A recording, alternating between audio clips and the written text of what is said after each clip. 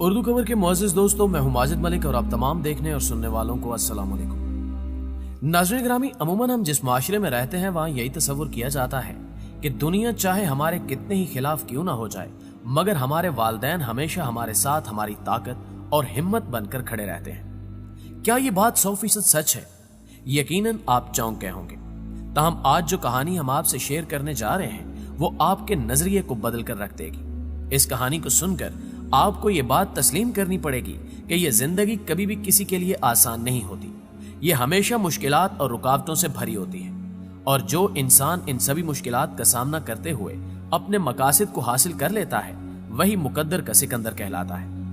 آج کی اس ویڈیو میں ہم آپ کو جونو لینکسٹر نامی اس لڑکے کی کہانی سنانے جا رہے ہیں جسے آپ تاریخ کی نہایت درد بھری کہانیوں میں سے ایک تسلیم کر سکتے ہیں۔ مگر اس دردناک کہانی کو چھیڑنے سے پہلے حسب روایت چینل پر نئے شامل ہونے والے دوستوں سے گزارش ہے کہ پہلے ہمارے چینل اردو کور کو سبسکرائب کرتے ہوئے ساتھ موجود گھنٹی کے بٹن کو بھی دبا دیں تاکہ ہر نئی آنے والی ویڈیو کی نوٹیفیکیشن آپ تک باقاعدگی کے ساتھ پہنچتی رہے۔ تو آئیے چل کر آج کے موضوع کا آغاز کرتے ہیں۔ معزز دوستو، جونو لینکسٹر نامی یہ شخص ہماری کہانی کا ایک ایسا کردار ہے جس کے والدین نے بھی اس سے کنارہ کر لیا، جس کی وجہ نہایت عجیب اور بے تکی تھی کہ وہ عام بچوں سے الگ نظر آتا تھا۔ جونو انگلینڈ کا رہنے والا ہے۔ یہ بچہ جیسے ہی پیدا ہوا تو اس کے ساتھ کچھ ایسا ہوا کہ کوئی انسان اپنے دشمن کے لیے بھی نہیں سوچ سکتا۔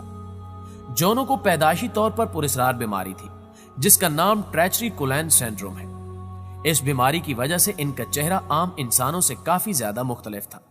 جیسے کہ آپ ویڈیو میں جونو کو دیکھ سکتے ہیں کہ ان کی دونوں آنکھیں اندر کی جانب دھنسی ہوئی ہیں جبکہ منہ باہر کی جانب نکلا ہوا ہے۔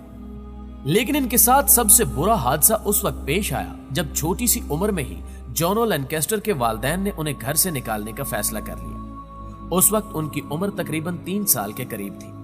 ان کے والدین نے انہیں گھر سے نکالنے سے پہلے اخبار میں اشتہار بھی دیا کہ ہم اس بچے کو گھر سے نکال رہے ہیں، اگر کوئی اس بچے کو پالنا چاہتا ہے تو پال سکتا ہے۔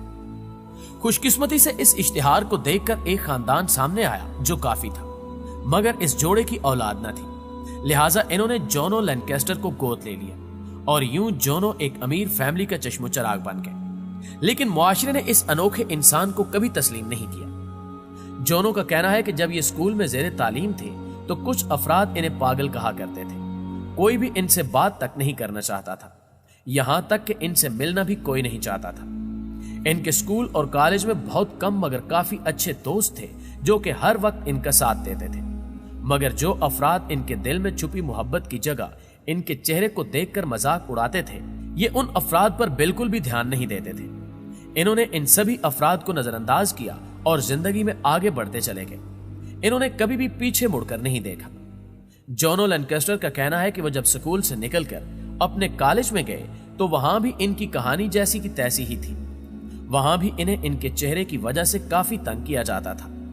سب انہیں دیکھ کر ان کا مذاق اڑاتے اور کہے لگاتے، مگر انہیں اس بات سے بالکل بھی کوئی فرق نہیں پڑتا تھا اور یہ ہمیشہ اپنے کام سے کام رکھتے تھے۔